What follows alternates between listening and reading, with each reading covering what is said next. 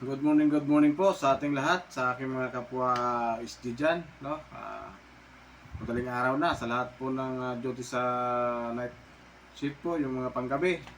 Tulad ko, panggabi. So, siyempre, matitikas tayo dahil alam niyo naman, alas 12 na. Yan ang oras na kailangan alerto tayo at kailangan matalas na yung ating pangdinig at matalas na ating paningin dyan sa ganitong mga oras dahil alam niyo pag ganitong mga madaling araw nasa atin naman yan, di ba? Kailangan to be alert sa ating UUR. Yun.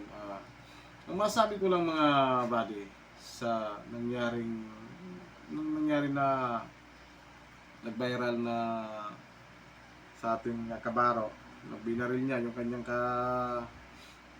kapalitan, kabady dahil sa hindi lang pagkakaunawaan, mga misunderstanding na hindi naman dapat paabot sa ganung sistema, ay nakakapanglungkot lang dahil tayo mga SG dumaan naman tayo sa seminar, dumaan tayo sa training, andun yung kailangan mahaba yung ating pasensya, pag-unawa, pagrespeto, paggalang sa kapwa, malaki man o maliit. Ang nakakapanghina lang ng loob, nakakapanglumo lang mga 5-9 kasi sa isang detachment, sa isang posting, kung ilan man kayo, 6 man kayo, tatlo man kayo, para kayong magkapatid, magkabady. Kumbaga sa mga sundalo kayo magkabady. Kung may problema ang isa, damayan ng isa, damayan ng isa. Kung meron kayong ipagkaunawaan, mag-usap kayo, magpakumbaba sa isa't isa, para walang problema. Kasi yung kabady mo na yan lang din ang tutulong sa'yo pag oras na nasa kagipitan ka. Kaya nga tawag tayo body-body system eh. Kaya nga sabi, body, di ba? O pahinga muna ako, hindi ko na talaga kaya, ngayon ganyan, pwede ba akong umistreet ng kaunti? Ako naman yung uupo dyan. Sino pa upo yung gano'n lang tayo eh, gano'n lang tayo mga security guard. Dahil simpleng bagay lang na late, palaging late, naranasan natin yan kasi ganoon talaga. Siyempre, pamilyado tayo, tapos magko-commute tayo. Eh siyempre, alam mo naman ang trabaho natin, halos wala na tayong time sa pamilya natin. Papasok ka ng 6, uwi ka ng 6, gabi na. Tutulog ka, papasok ka naman ng 6, uwi ka naman ng 6. Parang yung minsan nga, tatamad na nga tayo pumasok, di ba? Kasi ano ba yan, wala na akong time sa pamilya ko, parang ganun isip natin. Pero papasok pa rin tayo dahil may obligasyon tayong sinusunod. Meron tayong protocol na sinusunod. Siyempre, pag hindi ka pumasok, kawawa naman yung kapalitan mo dahil wala kang inform na hindi ka papasok sa araw na yon. Di ba mga 5-9? Kailangan sa ating mga 5-9, sa ating mga kabady, magkano tayo, tulong-tulong ba, samahan na walang samahan ng loob, respeto, niya pa rin pagrespeto sa ating pinakamataas. Hindi yung kaunting bagay lang na hindi magkaintindihan, pag-iinitan ng ulo. Kasi andiyan kasi yung tinatawag na yung kayabangan. Pag isang tao kasi na hindi mo nilis sa sarili mo hindi mo masama magyabang, no? Kung meron ka may pagyayabang. Yung kayabangan na kahit na mali ka na, ayaw mo magpakumbaba. Kasi ang inaasta mo na, hindi, ganito ganyan, kaya ko sarili ko. Hindi ganon. Lahat naman tayo ganon eh. Kaya natin sarili natin, pero ilulugar natin, mga 5-9, ilulugar natin yan. Ilulugar natin kung paano natin gagamitin yung ating tapang. Yan, yung ating tapang, kung saan natin gamitin. Hindi yung gagamitin mo sa kapwa mo kabaro, kung sino yung matatakbuhan mo sa oras ng kagipitan pag nasa area of responsibility kayo ng duty nyo. Di ba? Dapat magtulungan kayo. Pag panggabi, buds, magkape ka na. Ako naman dyan, bahala dyan. Mamaya, pagtaas mo ako naman. Ganun lang. Tapos pag yung kasama mo hindi pa masyado mga bago-bago pa lang sa area, turuan mo. Hindi yung yayabangan mo na kagad ng yung tulad ng ibang mga vlogger na content creator ng mga guard, mga SG na napanood sa Facebook. Siguro mga bagong graduate lang, mga bagong graduate sa training, Kaya yabang.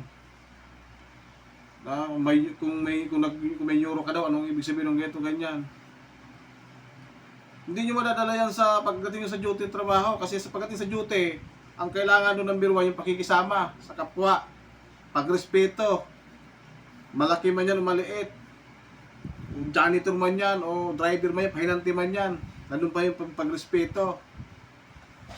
Kasi kapag hindi mo nirespeto ang isang tao, hindi ka nirespetuhin yan kahit pa ikaw ang security guard dyan. Dahil ikaw nga, sabihin, ikaw nga, hindi ka marunong magrespeto. Pag mataas mo yung sarili mo, porkit naka-uniforme ka, guard ka, lisensyado ka, hindi ganoon. Kailangan, mag-respeto tayo sa kahit sino sa atin, kahit sinong maliit man yan, malaki, boss man yan o hindi. Para respetuhin din tayo. Yun ang number 1 na kagalingan pagdating sa duty.